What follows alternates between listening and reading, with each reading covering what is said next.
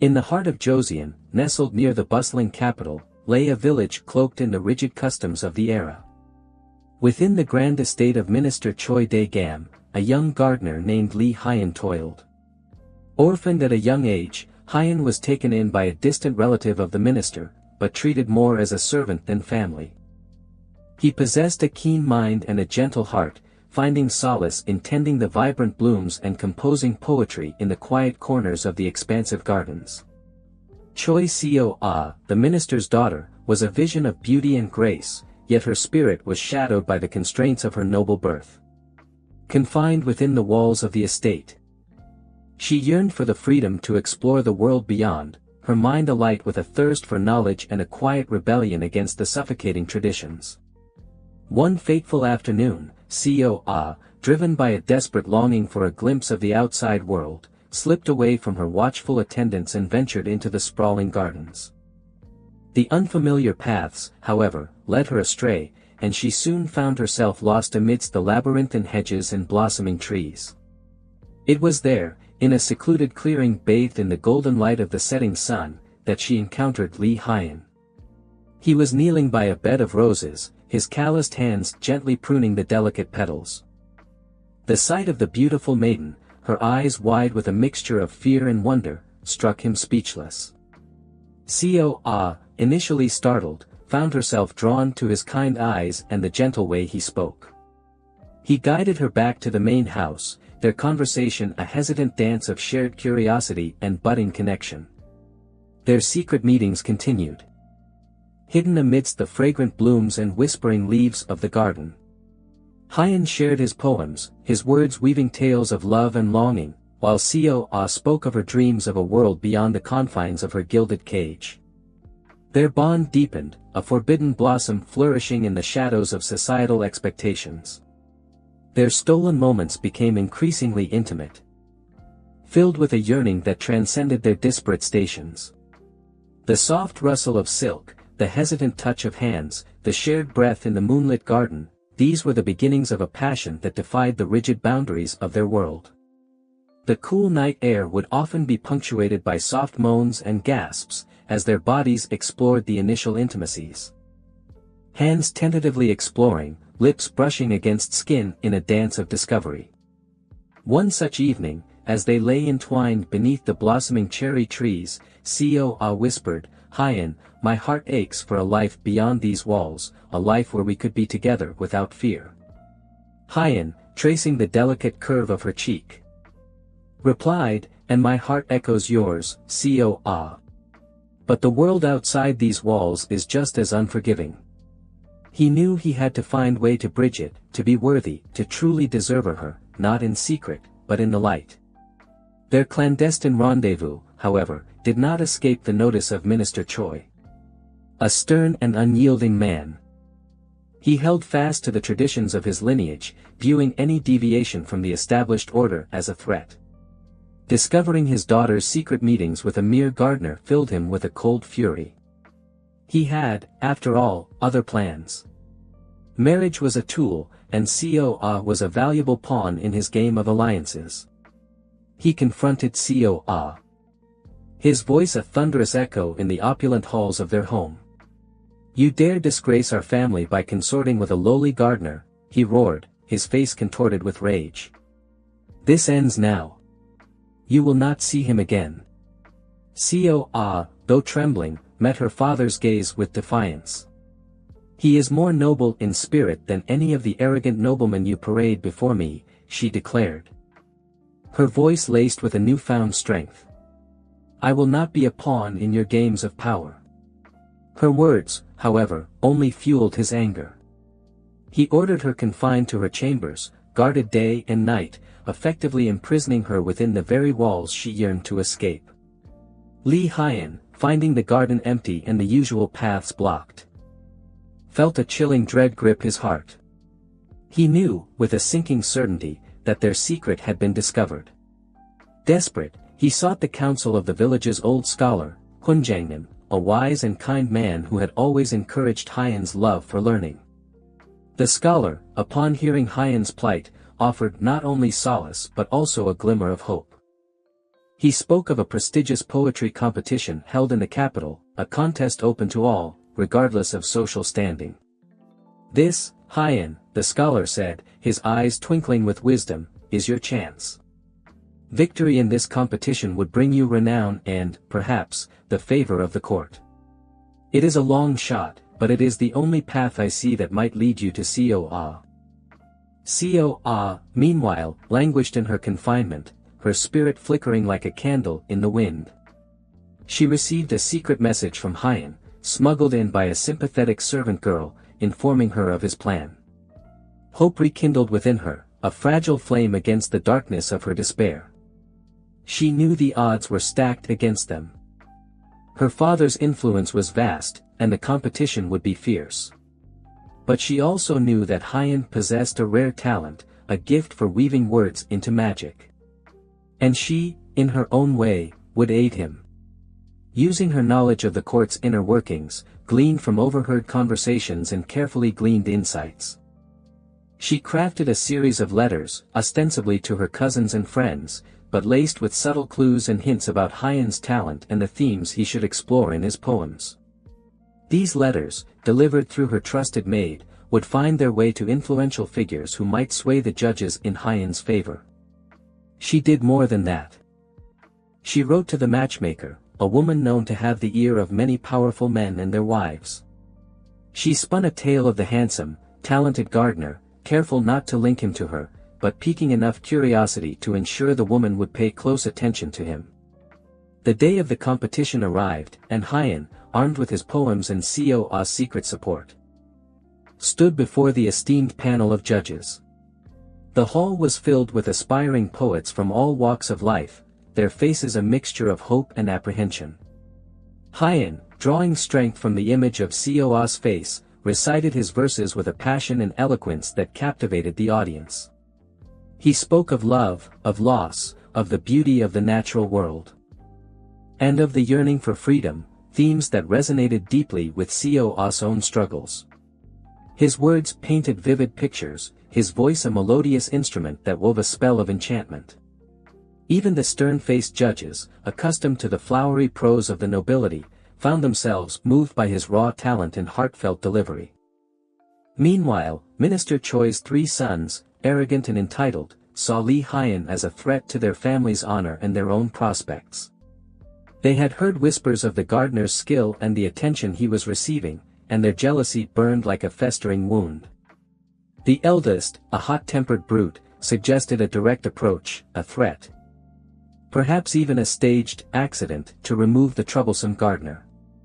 The second, a lecherous drunkard, proposed using his connections with the courtesans to lure Hyeon into a compromising situation, thus ruining his reputation. The third, consumed by a misplaced sense of intellectual superiority, believed he could outwit Hyeon in the competition itself, relying on his family's influence to secure victory. However, Coa, anticipating their schemes, had already set her own plans in motion. She used her network of contacts within the palace, the ladies-in-waiting and the concubines she had befriended over the years, to subtly counter her brother's machinations. When the eldest son attempted to bribe a group of thugs to attack Hyeon, he found himself thwarted by a seemingly unrelated patrol of the palace guard, alerted to potential trouble by one of Coa's allies. The second son, attempting to use a beautiful courtesan to entrap Hyeon, discovered that the woman was, in fact, a skilled spy in Coa's employ, who promptly reported his intentions to the authorities, leading to his public humiliation. The third son, confident in his own poetic abilities, found his verses ridiculed and dismissed by the judges, who had been subtly influenced by Coa's carefully crafted letters praising Hyeon's unique talent and perspective. Hyeon, unaware of the intricate web of plots and counterplots surrounding him, continued to excel in the competition. His poems, imbued with the spirit of his love for Coa and his yearning for a better world, resonated with the audience and the judges alike. He spoke of the cherry blossoms, their fleeting beauty a metaphor for the preciousness of their stolen moments. He wrote of the moon, a silent witness to their secret rendezvous, its silvery light illuminating their shared dreams. The final round of the competition arrived, and Hyeon found himself facing a formidable opponent, a renowned scholar from a noble family, backed by powerful patrons. The tension in the hall was palpable, the silence broken only by the rustling of silk robes and the nervous whispers of the spectators. Hyeon, drawing a deep breath, began to recite his final poem. It was a bold and daring piece, a thinly veiled allegory of his love for Seo and his defiance of the rigid social hierarchy that separated them. He spoke of a humble vine that dared to reach for the sun, its tendrils intertwining with the branches of a majestic tree. Their union a testament to the power of love to transcend all boundaries. The poem's raw emotion and powerful imagery stunned the audience into silence. The judges, their faces impassive, exchanged knowing glances. The outcome, it seemed, was no longer in doubt. The head judge, a venerable scholar known for his impartiality, rose to announce the verdict. The winner of this year's competition, he declared, his voice resonating through the hall, is Lee Hyeon. A collective gasp arose from the audience, followed by a wave of applause. Hyeon, overwhelmed with emotion, could barely believe his ears. He had won. Against all odds, he had achieved the impossible. His victory was not just a personal triumph, it was a testament to the power of love, of perseverance, and of the unwavering support of the woman he loved. News of Hyeon's victory reached Minister Choi, who was attending a lavish banquet at the palace. His initial reaction was one of disbelief, followed by a surge of fury. He had underestimated the gardener, underestimated the depth of his daughter's feelings, and underestimated the power of true talent. His carefully laid plans, his schemes to marry Seo off to a wealthy nobleman, were crumbling before his eyes. His 3 sons, humiliated and enraged by Hyeon's success, urged him to take drastic action. They demanded that he use his influence to overturn the judge's decision, to discredit Hyeon, to banish him from the kingdom. But Minister Choi, for the first time, hesitated. He had witnessed the outpouring of public support for Hyeon, the genuine admiration for his talent. He had also received discreet messages from influential figures at court, hinting at the displeasure that would follow any attempt to interfere with the outcome of the competition. It was at the banquet that he saw it with his own eyes, men of power clamoring to speak to the matchmaker, asking about the gardener. More importantly, he had begun to see a glimmer of something he had long ignored, his daughter's happiness. He recalled her defiant words, her refusal to be treated as a mere object to be traded for power and prestige. He remembered the spark in her eyes when she spoke of Lee Hyeon, a spark he had never seen when she was in the company of the noble suitors he had presented to her. Seo confined to her chambers, received the news of Hyeon's victory with a mixture of joy and trepidation. She knew that her father's wrath would be terrible, but she also held on to a sliver of hope that his heart might soften. She decided on a daring plan, a desperate gamble to force her father's hand. With the help of her loyal maid, she feigned a grave illness, sending word to her father that she was on the brink of death. Minister Choi, already shaken by the day's events, rushed to her bedside, his heart filled with a dread he had never known before.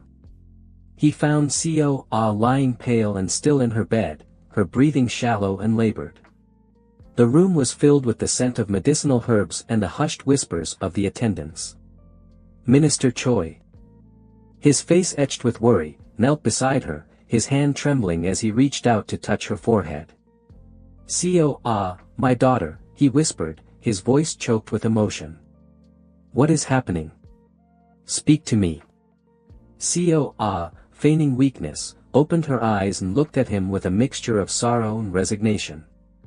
Father, she whispered, her voice barely audible. I am dying. My heart is broken, and my spirit is fading. Minister Choi, his heart pounding in his chest, felt a wave of guilt and remorse wash over him. He had been so blinded by his own ambition, so consumed by his desire to maintain his family's status, that he had failed to see the suffering he had inflicted on his own daughter. No, Seo you cannot die, he pleaded, his voice cracking with desperation. I will do anything. I will summon the best physicians in the kingdom. I will. Co weakly shook her head. It is not a physician I need, father, she whispered. It is Lee Hyeon. Only his presence can ease my suffering. Only his love can bring me back from the brink. Minister Choi recoiled as if struck. The gardener? His daughter's life depended on the very man he had despised and sought to destroy. The irony was bitter, the realization devastating. He looked at his daughter's pale face, her eyes filled with a desperate plea, and he knew he could no longer deny her.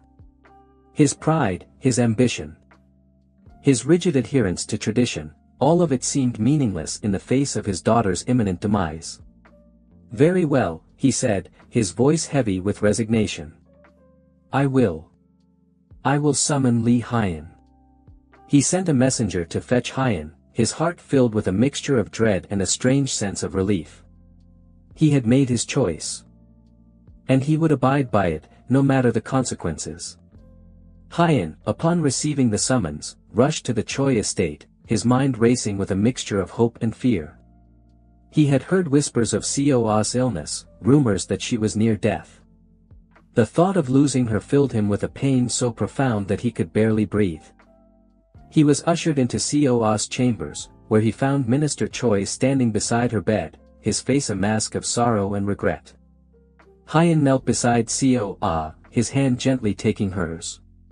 Her skin was cold, her pulse weak. He looked into her eyes, and for a moment, he saw a flicker of the familiar spark, a hint of the mischievous glint that had always captivated him. Co, he whispered, his voice choked with emotion. I am here. I am here. Co, with a supreme effort, managed a weak smile. Hyeon, she whispered, her voice barely audible. I knew you would come. Minister Choi, watching the scene unfold before him, felt a profound shift within his heart. He saw the genuine love and devotion between these two young people. A love that transcended social barriers and defied all expectations. He realized that he had been wrong, that his rigid adherence to tradition had blinded him to the true meaning of happiness. The night before, after she'd sent the news of her illness, Co had carefully applied a mixture, given to her by the old matchmaker. A concoction that paled the skin and slowed the pulse. He stepped forward, his voice filled with a newfound humility. Lee Hyeon, he said, I have wronged you. I have wronged my daughter. I have allowed my pride and my ambition to cloud my judgment. I ask for your forgiveness, and I offer you my blessing. Hyeon, stunned by the minister's words, looked at Co, his eyes seeking confirmation. She nodded weakly, a tear rolling down her cheek. Minister Choi, Hyeon said, his voice filled with emotion. I accept your apology, and I am grateful for your blessing. He leaned closer, and planted a long, passionate kiss upon Co's lips, the life seemingly flowing back into her with his touch. Her skin flushed, and he could feel the increased pounding of her heart.